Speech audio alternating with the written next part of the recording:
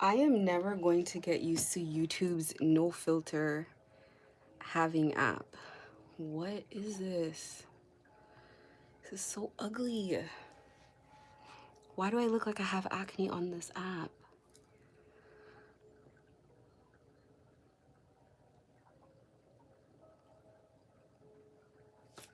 This is the best filter they have and they put bubbles on it. I guess. Anyway, good evening, good evening. Since I'm gonna post this video, this is so weird, so awkward. So tonight I am going to be talking about something that I feel like isn't discussed enough. And hold on, let me just get set up. I'm like learning how to do this little YouTube live as opposed to doing live the traditional way that I do it. Anyway, anywho, anyhow, hold on here. So anybody that was on my live yesterday got to experience the commotion that happened, the distraction that occurred on my live, which is no surprise to me. I feel like that's how things occur. And I'm also under this super strong light. I wish I could show you guys this phone that I use. It's like a military phone. This phone has radiation or something on it guaranteed, because I don't know. It's like it just gives off like extra crazy levels of light. But anyway, hold on, let me see how I get rid of this thing here. Okay, so I'm going to talk about tonight the chain of command for gang stalking. A lot of times we talk about just gang stalkers. And I think that people are so stuck in survival mode and in just kind of feeling the stress and the pressure of being gang stalked, that I haven't heard a lot of people, and mind you, please, because I know sometimes people do comment in the comment section. I know that, you know, being gang stalked makes you extremely paranoid. And I don't want to use the word paranoid. I want to say hyper vigilant, hyper watchful. You know, you have to be, you have to watch people. So I know sometimes you want to watch YouTube videos, but obviously these people, they are in disguise in our community as well, you know. These people, you know, they spread misinformation. They have, you can always tell some of them who they are. They have a lot of followers, they have a lot of people commenting, and then they turn around and they say things like gang stalking is not real. So you can always tell kind of who's who. You know, my first live, somebody called Targeted Individual came on and asked me if I would gang stalk someone else. It's crazy. First comment out too. Like, didn't even wait, didn't warm up, nothing. So I feel like you can tell a lot of the times like who people are. But there is a hyper focus on just the people actually doing it. And I want to kind of start from ground zero. And maybe for people who don't quite or who haven't really had a chance to really consider some of this stuff. So I have a pyramid that, or a little diagram situation that I put together that I'm going to put in the community section of my YouTube, which I'm going to use for kind of visual aids. And I figured I could edit into the video, but honestly, I like to minimize my editing work when it comes to this stuff. So it is what it is. It's just going to go on my page. And then I'll kind of maybe link to it when I post the video.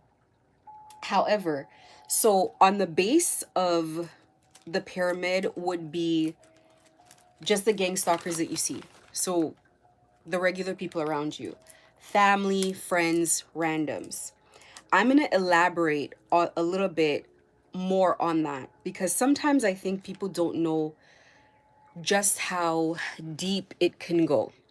So when I say gang stalkers, I'm incorporating sort of anybody that is doing any sort of maintenance on you whatsoever. Essentially, you can consider it everybody. So you're looking at actual gang stalkers, like the people that drive around and follow you on the street. Then you're looking at the people that actually follow you around in stores, you know, like on foot, we'll say, on the street, etc., etc. People that make contact with you, people that are going to harass you, etc., etc. Then you're going to have people at your local bank.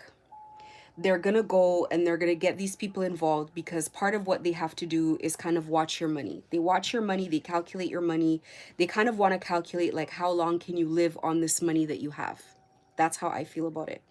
They want to look at how much you're making per month, what you make from your job, what you spend, where you're spending it on, what places you go to eat. All of these things, all of these things that they research help them figure out your schedule, your whereabouts, where you could possibly be, what kind of things that you're into, so that they know what kind of conversations that they can approach you with, what kind of things that they can, you know, I'm going to always use myself as an example, sorry. So I like crystals. If they see that I'm spending money on crystals, then they know more than likely somebody's going to approach me about crystals. Hey, I like crystals, blah, blah, blah, blah, blah. Somebody's always going to approach you and look for some type of commonality so you guys can build some fast friendship. Some really, and they really don't care how frivolous it is. Like in my situation, people were desperate, so they were not trying to build into a friendship, but they do look into these things because they tend to know a lot about you. Then you're going to look at what security companies you have or what companies you work with. So who your internet provider is, who your cell phone provider is, things like that, because they're going to get cell phone records from these people. They're going to pay these people. They're going to put notes on your file when you call in. You're going to end up overcharged with things, even things like utilities. You're going to always see that you're paying way more on utilities than you should. They're going to know who your dentist is, who your doctor is, all sorts of things, all kinds of things. So everybody that is included on this lower rung, I would consider a gang stalker. I would consider somebody that obviously you need to be vigilant of. So that's the lowest rung, I guess, on this ladder. That is inclusive of everybody who is basically bribed. And it could be someone at the coffee shop that you go to all the time. Anybody who is very often bribed is on the lower rung. These people have no control, and these people can be gang stalkers one day and then gang stalked another day. They have no power, okay? The second level is what I would call, or what I guess sometimes people refer to as chief gang stalkers. Now, I got this term because there was somebody who came on my YouTube and they left some sort of disparaging remark, and their name was Chief Gang Stalker Who Despises the Poor. And I kind of have a feeling it's probably John Ferreira who's the guy who's behind gang stalking me, but it could just be, you know, once you get onto YouTube, it can be anyone. It could literally just be somebody who already exists and who just harasses people online and they think it's funny, like who knows, right? I think the chief gang stalkers, people like John Ferrer, those are the people that they pay. Like this is the person that they would give, let's say, the big check to, and then this person would be doling out this check or be responsible for, you know, kind of watching over everything, coordinating who's going to do what and when, and then paying people. This is what I think the chief gang stalker, if you will, is responsible for. And parallel to the chief gang stalker, and the person that you would call the chief gang stalker, I would also say would be the person that would pay the covens, but I wouldn't put the covens, or who I would call energy workers, I wouldn't put them on the same ladder as like the gang stalkers at the bottom, for obvious reason, because they have a little bit more importance than just a bank teller. A bank teller is like can come and go, but somebody with a particular skill in a coven. Now, I don't know too much about covens. I've never been in one, but I would assume For you to be in a coven, you have to have some sort of skill set that they don't already have. So you're looking at people who, for example, will astral project into your home or into your energy in general. Now, to give you a little bit of background onto this a little bit, they don't normally, or maybe just in my case, maybe there are people with the ability to do this, I'm not sure, but they normally only come in closed spaces. They don't normally, I don't know if it's just a focus thing, but they don't normally come in spaces that are open. And this is a little thing that you might want to keep in mind for if you're ever in a situation where you're feeling discomfort. So people that astral project into your space, it's so that they could get physically close to your energy to do something to you. So if they get physically into your energy, you're going to experience things like headaches. You're going to experience things like just out of body kind of pains.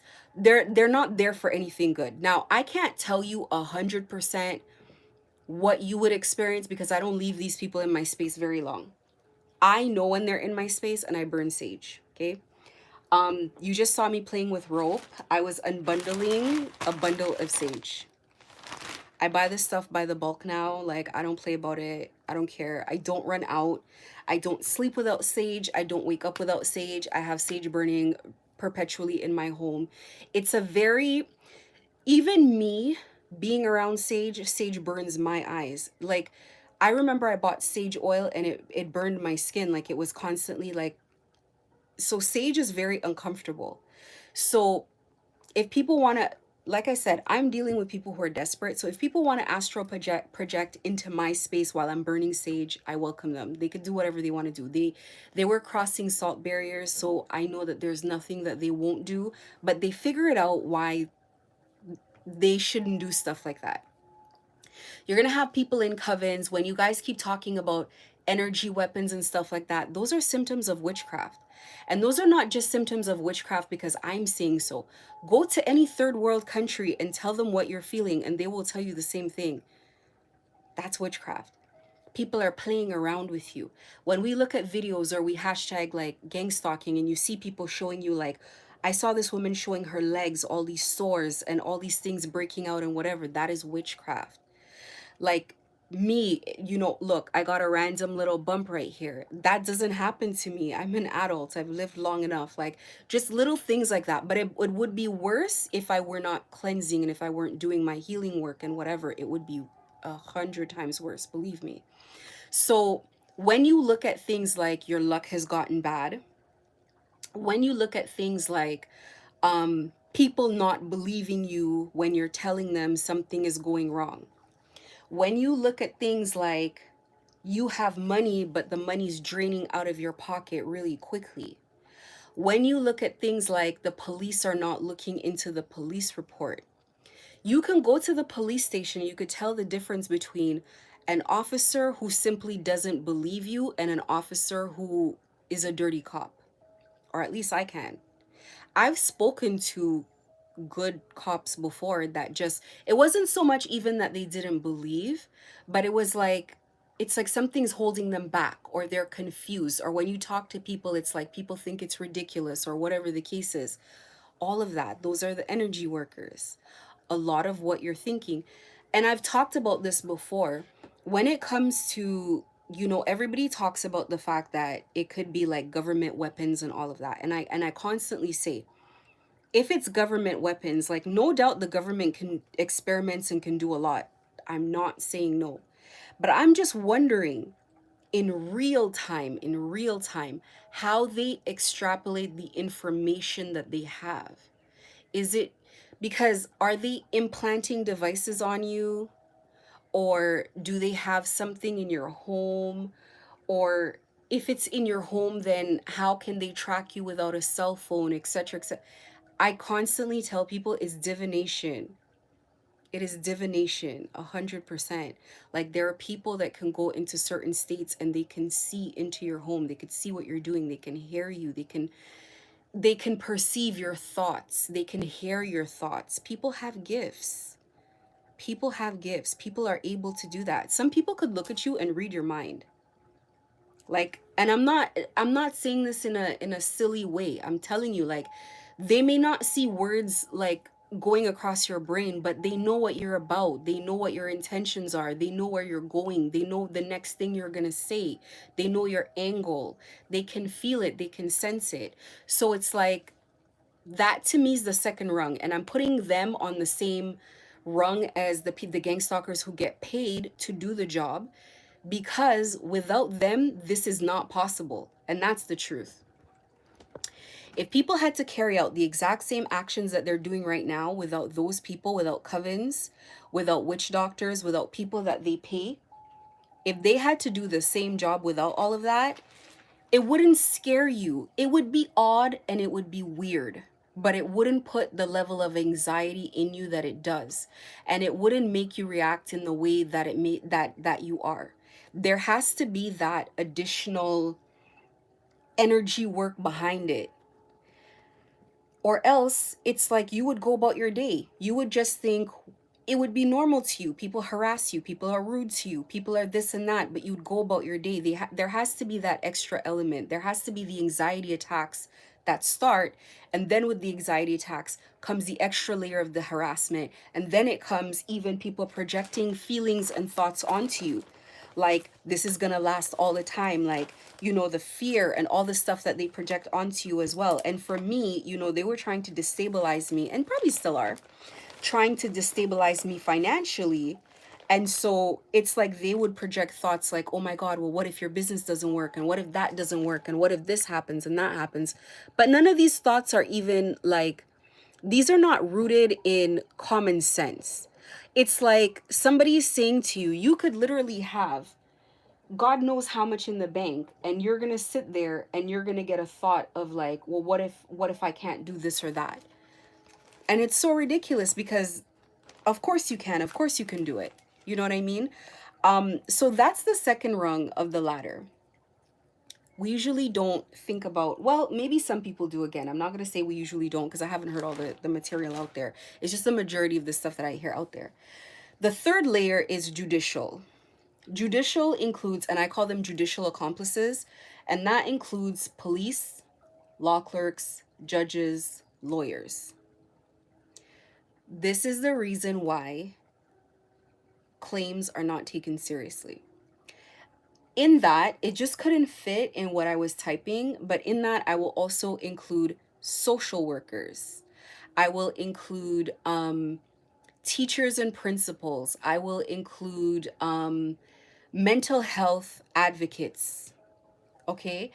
And the reason I'm including them, people like that, and not like other people like real estate agents or like, you know, like I said, bank clerks and stuff like that, is because these people are in a position of influence. One of the first things that they always want to do is take away people's children from them. They're always looking to take away people's young children. That is something very consistent. And I feel like they put people in positions to be social workers. I'm going to tell you why. There was this girl who was renting space for me in one of my stores. And at first she came and she was normal. So to me, this is how I considered her. I considered her as one of these people who are, and this is important for everybody to know, people who are gang stalking you don't even know that they're gang stalkers half the time. They just have somebody come around and put thoughts in their head about you, gossip about you. And then they kind of follow in line because that's what human beings do. So she comes to my store, she's renting space. And the first time she came, she was all like, oh my gosh, you know, what did she say? She was like, I look up to you and I heard you're renting space and I'd love to come rent some space from you and whatever. She came with her husband. Her husband's the real one who's involved in this. So he was the one who brought her in, who gave her the idea, brought her in. He brings her in. She has a lot of questions before she goes for it. And he's the one pushing her and made the executive decision that she would rent space from me. So she eventually rents the space, but she's extremely hesitant. He gives her, I can't remember, but I think he might have given her the money for it, or maybe he didn't give her the money. Maybe it was her money. I can't remember, but she gave the money for the deposit. She came, she put her stuff in, whatever the case was. Then she says to me one day, she goes, I want to say something to you, but I don't want you to say anything to my husband. And also, like, I don't want anyone to talk me out of it. But I want to be a social worker. And I'm like, you're renting space from me and you're starting a business. And anybody who has a business, it takes a lot of your time. Like when I first started my business, I was working maybe 18-hour days. Like whatever I was working outside, I was coming home and I was up till like 2 a.m., you know, asleep, back again at 6. It takes a lot of work. So I'm like, how are you going to go to school for social work or be a business owner? It's two different mindsets.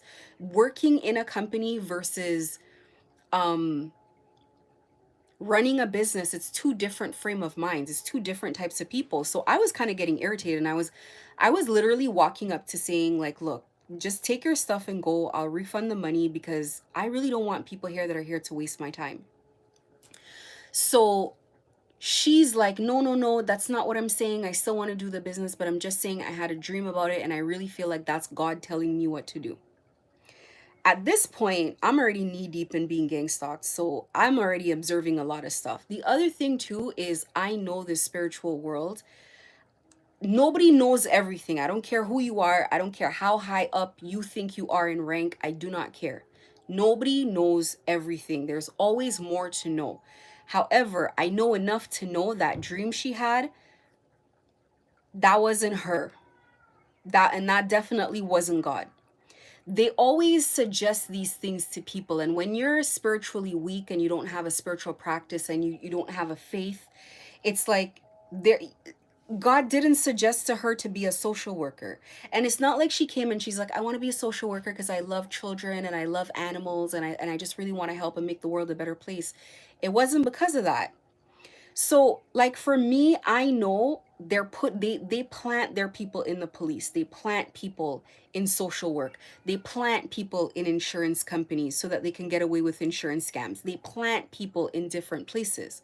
So it's almost like they need to have somebody, at least one person everywhere. They're not just going to have police in just this district. They need to have people all over.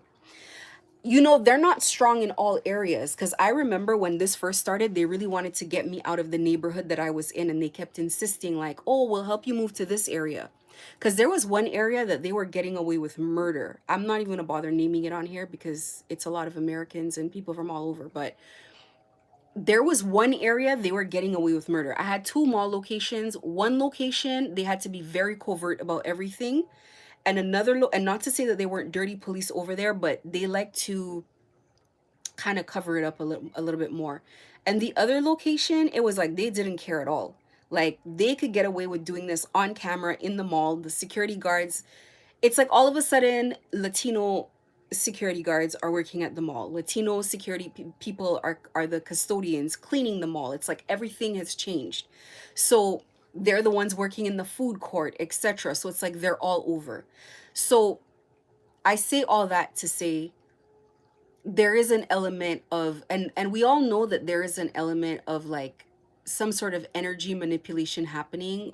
Perhaps we might not agree on how that's happening, but it is happening. We all know that something's happening, and the majority of victims, who I guess I would call survivors, are Christian or faith-based in something. Like most people pray to something.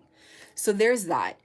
um Usually, um oh yeah, and then I wanted to go too into things like law clerks, and I would absolutely say judges and whatever. I don't know if people who've gotten so far as to have gotten their case to go to court. I feel like they get rid of that stuff before it starts. Whatever police officer is supposed to be in charge of the case, I don't know if there are people in the precinct or in the police station that keep an air out for gang stalkers, or they keep an air out for when your name's gonna come up. They throw away cases. They throw cases away. It never sees the light of day. A lot of the time, it's like people are in such fear and people are in such an illusion that they don't even know what's going on. It doesn't even get as far as for there to be a valid case to begin with. I'll tell you guys this much. One of the things that these people do, and I do think it's a little more organized than it seems. One of the things, I know it's a lot more organized than it seems. One of the things that these people do is, I feel like they always have some sort of a running list of ideas.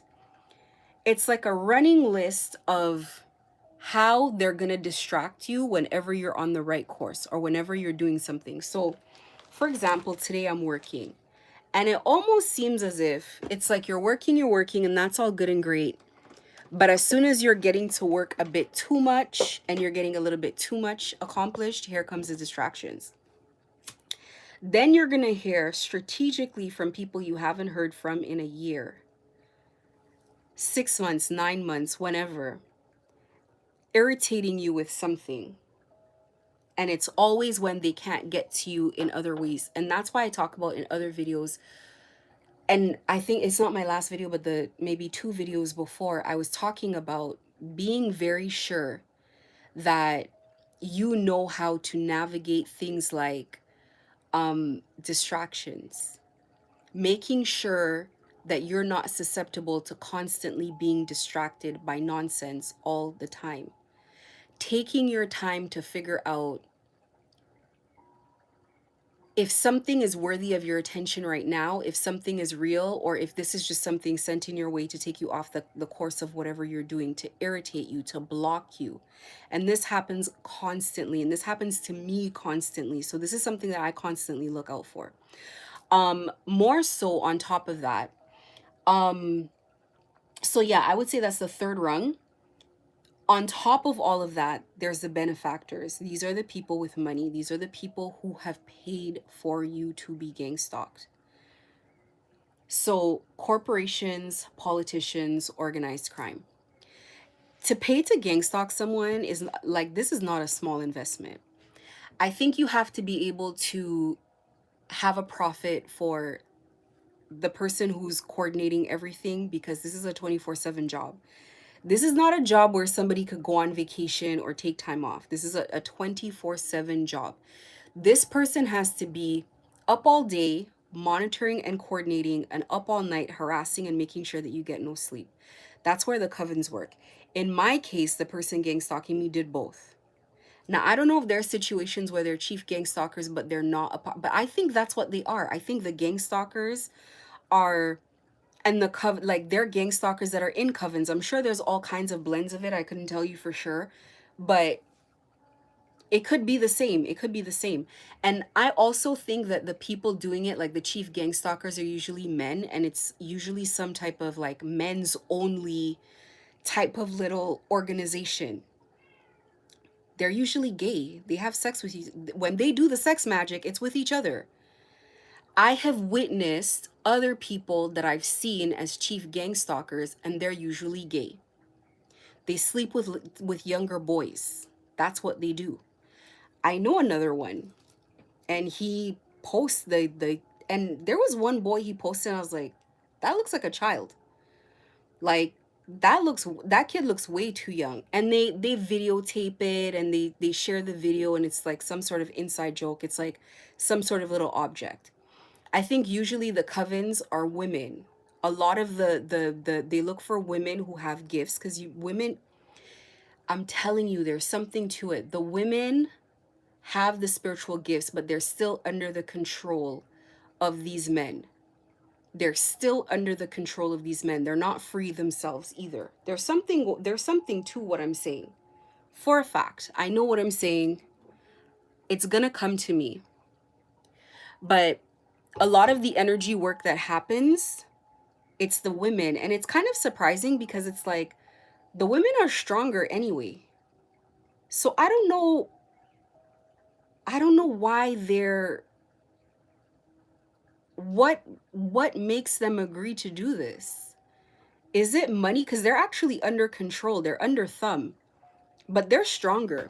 When I look at the energy work, when I look at the work of the women who attack me versus when it's coming from a masculine energy, the females have more finesse. They're less they know how to cloak better. They know how to cloak better. That's number one. They,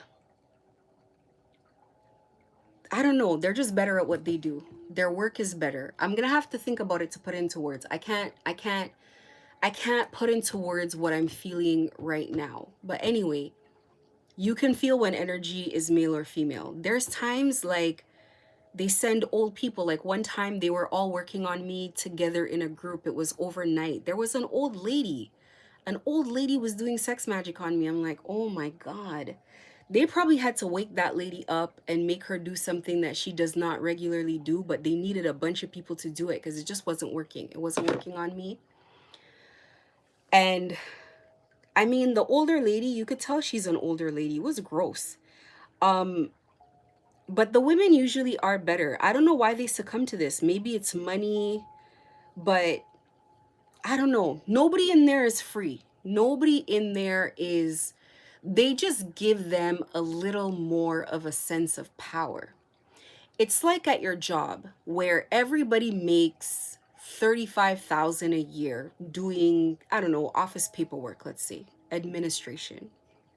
They make 35,000 a year, and your manager makes 40,000. If it's a good manager or older person, they make 45. They make 10K more. And for that 10K, there's even cases where you make 35 and your manager makes 37 plus a little more benefits. And your manager is out here thinking that they run the world. This is what it's like to me when I look at the difference between the gang stalkers on the streets, the chief gang stalkers, the judicial people. Maybe the judicial people have enough education and brains to negotiate a little bit more and have a little more influence on the power side. But at the end of the day, everybody's disposable. If the lawyer doesn't cooperate, if the judge doesn't cooperate, everybody could get gang stalked too. So, and they're aware of that. There is a reason why gang stalkers are so persistent and why when they take on your case, they do not stop. If they make enough mistakes and they slip up enough, this gets dirty, this spirals out of control. A lot of people are in jeopardy all at once because the reality is we're not in Brazil. We're not in Dominican Republic. We're not in one of those countries. We're in a big country. A scandal is a scandal. Let it break out. Doesn't matter what the authorities want to do. The people get a hold of it. People get in the streets. People start getting disgusted. You can't, once it gets too out of control, meaning too many people, and they're not enough people where you can, once one person becomes a witness, they have to triangulate this person. They have to create a wall around this person of influences of all of the same people, of all the people saying the same thing to convince this person against their intuition and their better judgment. They got to keep eyes on this person. So when it gets out of control and the word gets out there, they cannot create all these walls around all these people. It becomes very obvious what is going on. It becomes very obvious that this is a catastrophe. This is why when you have one witness who got out of control and they're telling too many people and it's making too much sense and people are connecting the dots and there is evidence and it's out of control. And now people on the third rung start wanting to back out. The police, the judge, the clerks, the lawyers, they're going to be the first ones that want to back out. You're stuck with the second rungs and it's left to the chief gang stalkers and the covens to fix the problem. That's when they just want to get rid of you. They gotta get rid of you. They want to kill you. They want you to no longer exist. So this is a situation where I have been for a while. They don't want me to exist. They haven't wanted me to exist for so long that everybody has pretty much backed out on John Ferreira. He's essentially on his own. And that makes him as vulnerable as I am. That makes him as good as out of here. Because in order to save the concept of gang stalking, in order to save the system of gang stalking, they're going to get rid of him. He has to be sacrificed. And he knows that. He knows that. They have to turn it into, it wasn't gang stalking. You just had a stalker. This guy just really liked you a little bit too much. He's mentally unwell, etc., etc., etc. They got to turn it into that. Because the thing is, the benefactors, the corporations, the millionaires, the billionaires that do this, the reason why this problem, it's going to be hard to eradicate this problem is because these corporations, they rely on this. They want this to exist. So people are not going to be eager to get rid of a foolproof solution of getting rid of people. They don't want this to be known that this is a thing. They work very hard for this to not be real. That's the benefactors. And then the highest rung, I didn't put it on here, but you do the math. What is higher than the corporations and the billionaires? We all know that they're involved. And that's what it is. That is the chain of, what did I call it? Chain of command for gang stalking. That's why so many of us can be on the internet talking about it. That is why, you know, I found pages with psychiatrists and psychologists talking about the fact that victims or survivors of gang stalking are unwell, or they're just paranoid, or they're this and that and the third, when there's too many people who are very clearly sane and in their right mind, right frame of mind, saying that this exists, and people are still existing and insisting, sorry, that it doesn't exist. So that is my message for tonight. I'm going to keep it at 35 minutes because, you know, I want to get to bed. But more so, I really wanted to put this out there. I think it's important to know. I think it's important to understand. Oh, and the last thing I wanted to add, because it's on my graph, your target, skip the gang stalkers, skip wasting your energy on every individual person that comes around. These people are meaningless. They mean nothing. They're disposable. I would even go above the chief gang stalkers and the covens. I mean, once God has that spiritually under wraps for you, who cares? The judicial stuff, they're not going to help you. It is what it is. They have to be cornered to help you. It has to be a very sloppy situation for them to help you. Really what you're going after is the benefactors. Those are the people that you're going after, is the benefactors, the people who are paying for it. Your case or your file or your situation is discarded when it's not working. When you get to the point that people just know any effort put in on you moving forward is a waste of time. They cannot control you. They cannot stop you. They've not instilled any fear in you. They can't take anything away from you.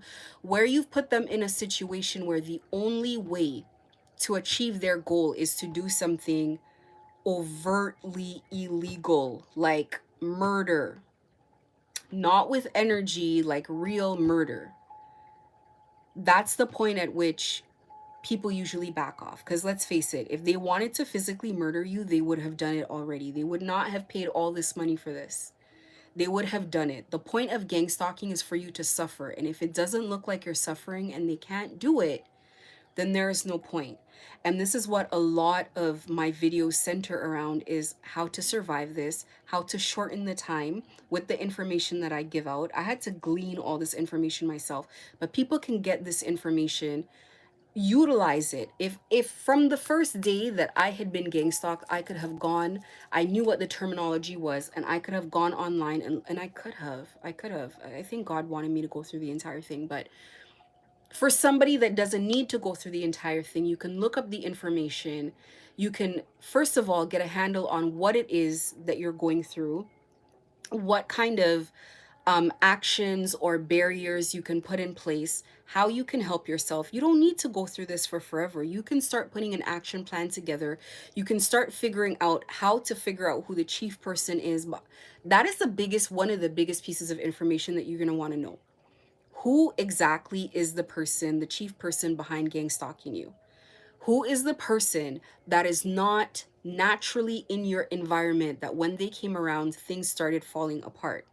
Sometimes it might not even be that person. It might be 1 or 2 degrees away from them. You have to do your own investigating and your fishing, and it takes not being scared. It takes finding yourself where you need to find yourself. But if you don't know who the chief person is, and you're going to know who the chief person is, they have a persona. They're all very arrogant. They're all very, they feel invincible. They're above the law. These people don't care to show you their face because they think it won't matter. So you have a better chance than you think of finding out who this person is. They could care less. And sometimes they have such an ego that they almost want you to know who they are. So if you can figure out who the chief gang stalker is, who the person is behind it, and you can figure out some solid names, and you can even find yourself in a situation where you know other people who this has happened to, and you have their full names, you have their contact details. If you can get yourself to that point, I promise you, you would have skipped a number of steps. You would put yourself in a situation where you would be able to be taken a lot more seriously than most gang stalking victims are. And especially if you can keep your wits about you, you can keep calm, and you can present well. So that is a message for tonight. Thank you guys for tuning in. I'm going to obviously post a video, and then I'm going to post the chart um, on my Instagram community section. I'm already suspecting that people are already playing with my engagement. It's rather low for tonight, but you know, we'll see. Maybe it's just the time that I'm coming live. But anyway, that's my message for tonight. Have a good night.